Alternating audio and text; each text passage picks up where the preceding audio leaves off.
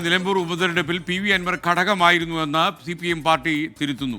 Party വോട്ടുകളും അൻവർ പിടിച്ചെന്ന് വിലയിരുത്തിയാണ് മുൻ നിലപാടിൽ നിന്ന് ചില്ലറ മാറ്റം വരുത്തുന്നത്. RSS സഹകരണ പരാമർശത്തിൽ മുഖ്യമന്ത്രിയോ പാർട്ടി കമ്മിറ്റികളോ തന്നെ വിമർശിച്ചിട്ടില്ലെന്ന് സംസ്ഥാന സെക്രട്ടറി M.V. ഗോവിന്ദൻ ഇന്ന് പ്രതികരിച്ചു.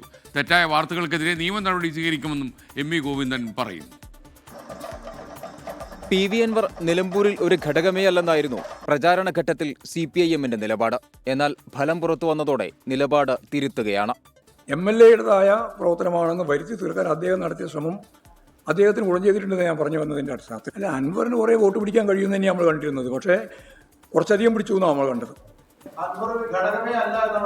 ഘടകമായിരുന്നു. അല്ല, ഞങ്ങളുടെ വോട്ട് പിടിച്ചിട്ടുണ്ട് കുറച്ച്. അടിയന്തരാവസ്ഥ കാലത്ത് RSS-മായി സഹകരിച്ചിട്ടുണ്ടെന്ന പ്രസ്താവനയിൽ തനിക്കെതിരെ വിമർശനം നടന്നുവെന്ന വാർത്ത M.V. ഗോവിന്ദൻ നിഷേധിച്ചു.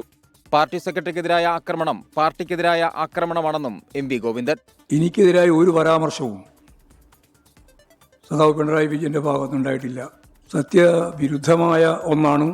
തെറ്റായ വാർത്തക്കെതിരായ ശക്തിയായ നിയമ നടപടികൾ സ്വീകരിക്കണം എന്നാണ്. നിലമ്പൂരിലെ സംഘടനാ പ്രശ്നങ്ങളിൽ തിരുത്തൽ നടപടികൾ ഉണ്ടാകുമെന്നും M.V. ഗോവിന്ദൻ അറിയിച്ചു. 24 തിരുവനന്തപുരം.